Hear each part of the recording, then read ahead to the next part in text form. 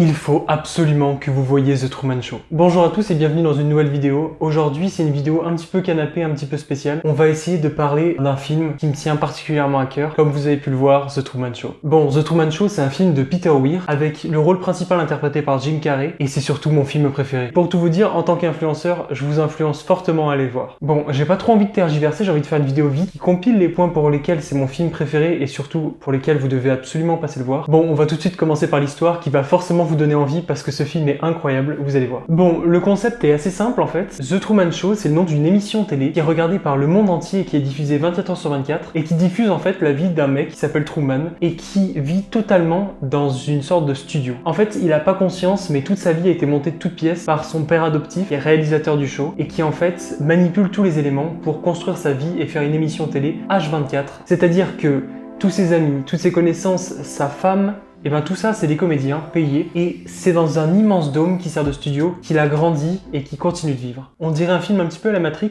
et honnêtement c'est un petit peu le thème des années 90, j'ai l'impression d'aborder le thème de la réalité et du déterminisme à travers la réalité et je vous dis vraiment ce film est une pépite. Pour aborder plus l'aspect technique de la réalisation et de la mise en scène, il y a 3 points qui sont abordés et qui nous aident vraiment à plonger dans le film. Il y a le point de Truman où alors on s'identifie à lui parce qu'on vit les mêmes choses que lui, donc en fait on a un petit peu son point de vue, comment il vit ses journées. Puis après on voit aussi les coulisses de l'équipe technique qui disent ok, changer de plan, tu vois toute la machination. Et ensuite après on voit le point de vue des spectateurs auquel on peut carrément s'identifier parce que en fait on a les mêmes réactions qu'eux devant les actions de Truman. Du coup c'est hyper bien réfléchi et la vraie réflexion elle est aussi sur le thème du film. Regardez, on va aborder le film un petit peu philosophiquement et vous allez voir. Ce film parle du destin et du déterminisme. C'est l'histoire d'un homme, Truman, du coup un homme vrai, qui a l'impression de faire ses choix mais qui en fait est juste manipulé par quelqu'un, une sorte d'être supérieur qui loge dans la lune, qui ici est le réalisateur mais qui pour nous êtres humains pourrait tout à fait être Dieu ou le destin. Et le sujet du film du coup c'est est-ce qu'il va réussir à sortir de ce déterminisme, de ce destin qu'on lui a construit,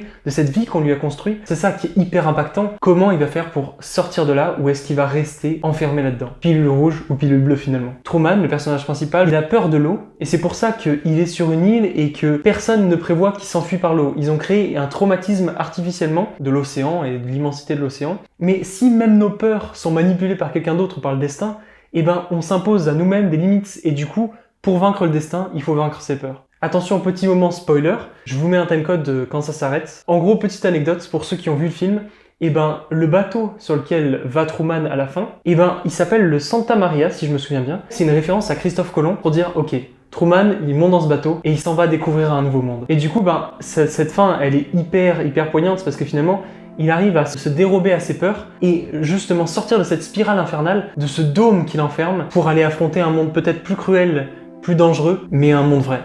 Et c'est hyper beau comme métaphore et c'est même hyper beau comme construction narrative parce que ce film, du coup, est super bien dirigé et il est poignant de A à Z. Évidemment, je suis pas du tout objectif concernant ce film parce qu'il me touche profondément, étant donné le sujet, étant donné comment c'est traité. Il y a une sorte de schéma que je reconnais, et d'ailleurs que j'aime très particulièrement chez Peter Weir, c'est son choix de casting. Vraiment, c'est incroyable. Prenons par exemple un autre film, Le Cercle des Poètes Disparus, de Peter Weir. En fait, c'est un truc qui inconsciemment m'avait attiré. On peut remarquer un point commun entre ces deux films, c'est que c'est deux films dramatiques, avec des acteurs principaux qui jouent un vrai drame, mais des acteurs principaux qui sont des comiques. Ici, dans The Truman Show, on a Jim Carrey qui est un comique, et dans Le Cercle des Poètes Disparus, on a Robin Williams qui lui aussi est un comique. On ressent aussi cette sensibilité de l'artiste et du comique, une part un petit peu d'ombre, et qui rend les personnages vraiment poignants. Jim Carrey, c'est dans les rôles dramatiques aussi qu'il excelle. C'est quand il nous prend tous à revers, et qu'il joue un rôle hyper dramatique, d'un homme qui se cherche et tout, qu'on comprend enfin le potentiel de cet acteur.